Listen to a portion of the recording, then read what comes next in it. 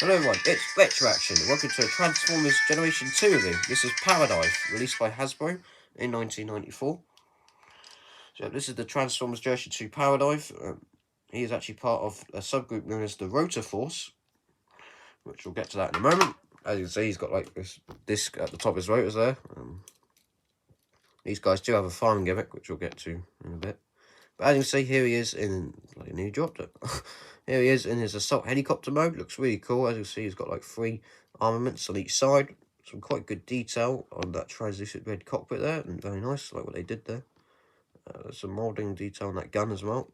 Yeah, looks really cool. He's fully loaded. He could really take out some Autobots, which he could, because he's also got a gimmick, as I said before. We've got a G2 Decepticon logo on the side there, on the rear tail fin, and we got one at the top there. We got his G2 like rub sign, which started with the Sky Scorchers back in the European exclusive G1 line. Some sticker detail there as well. Yeah, it looks really cool. There's even like some more detail in that cockpit. Even got a bit of detail there. No, it looks really cool. It's like a green and black and purple assault helicopter, a bit like an Apache. Yep, really nice. And so what we could, of course, what we can do now is, of course, we've got this rotor at the top there, and there's a button, and if we press it, we have a launching mechanism. Oh, yeah, that's the best way of doing this.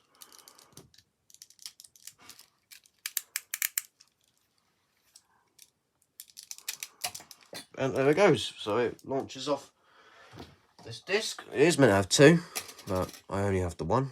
And as you can see, that works quite successfully. That's quite good. Obviously, there will be some times where it doesn't fire, because with age it's probably got a bit weaker. But what we do, of course, is you just attach it in, you wind it up, and it will fire off. It fired off just then, but it didn't actually go much further than... Yeah, sometimes it works. There it goes. There it goes again. That's pretty good. That's pretty successful. Oh, it's gone down here. Oh. Yep. So that is that. That's a quite good gimmick. Looks really cool. Looks really striking in this mode. Yep. Really nice alternate mode. Right, so to transform it, what we're going to do is, of course, we're going to actually take this whole section out. That will form a separate weapon assembly, which is quite cool. We'll get to that later. Of course, that just leaves this whole section. We can fold this bit down. That will reveal the head. Actually, what we want to do first is we do want to fold that bit down, and we've got to close up the cannons at the back there. Push up, well, fold the cockpit up. Rotate these sections round.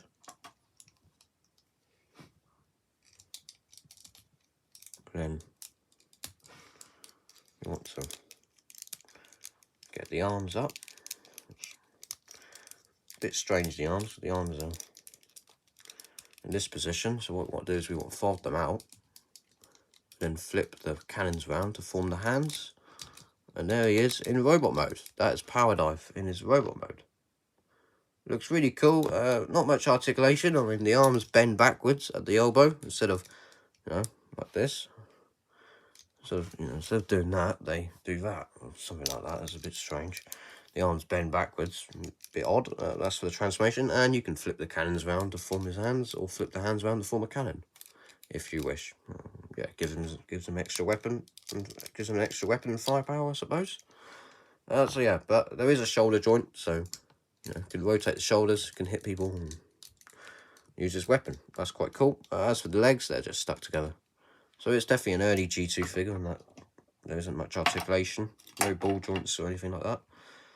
But what we can do now is, if we take his weapon assembly, we can obviously attach it to his hand, like that. And now he's holding this gigantic weapon. Looks really cool, really menacing.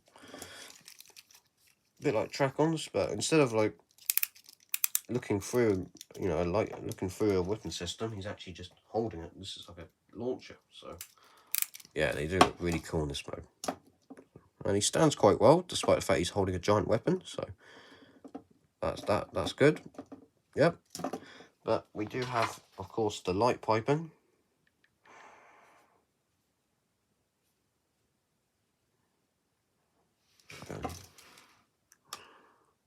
As you can see, if we shine the...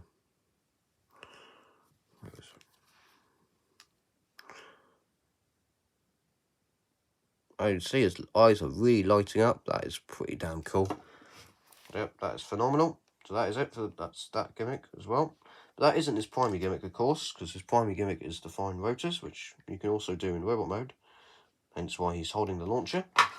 And what we can do, of course, is we can just wind that up, fire the button. Well, let's do that and then. I didn't wind it up far enough.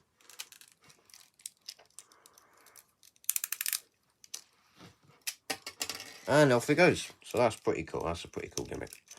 And that is Powerdive. Of course, his weapon does come out quite easily because he's only holding it with a single peg. But, you know, it does have a tendency to fall over, I guess. Not always, though. He's quite stable, despite the fact he's holding this giant weapon. And the rotor gimmick is fun. That works. Works quite well. Obviously, over time, it might get weaker. Yeah, it's a good gimmick. It's quite cool. He's one of the first G2. He's part of one of the first G2 subgroups as well. And they all had like a rotor firing gimmick. So this guy does have black discs and orange discs. I believe the black discs is the rarer version. Mine has the orange discs. And I say discs, I think I only got the one. I might have both, I don't know, I have to see. But one will be fine. But yeah, as I said before, they do come with two. If you want to pick this figure up, definitely go for it. It's a great figure. Of course, the articulation is a bit limited, unlike the later G2 and later, you know, and then Beast Wars figures with the ball joints everywhere and everything like that. So this guy, don't expect much of the articulation. His legs are still one piece, very much like G1, even though he came out in 1994, which has been the middle of Generation 2. And his arms don't really have any good articulation, but at least there's a shoulder joint, so you can point the weapon up and, you know, get some quite good poses out of that. Or you can get quite good shots out of that with the weapon. If you want to take out some Autobots, they're quite effective. It's quite an effective gimmick. Looks really cool. Yeah, it's a great figure. Looks nice. The color scheme's good. Head sculpt is quite cool. I like what they've done. I like what they've done with the head sculpt. Again, he's got like a visor. And yeah, that's really cool. And we've got like these molded in weapons as well, which is nice. So yep, it's good in both modes. Looks great in this mode as well. And the weapon firing gimmick is quite cool. So this has been Retroaction with Generation 2 Powerdive. Thank you very much for watching. I'll see you all next time. Goodbye for now.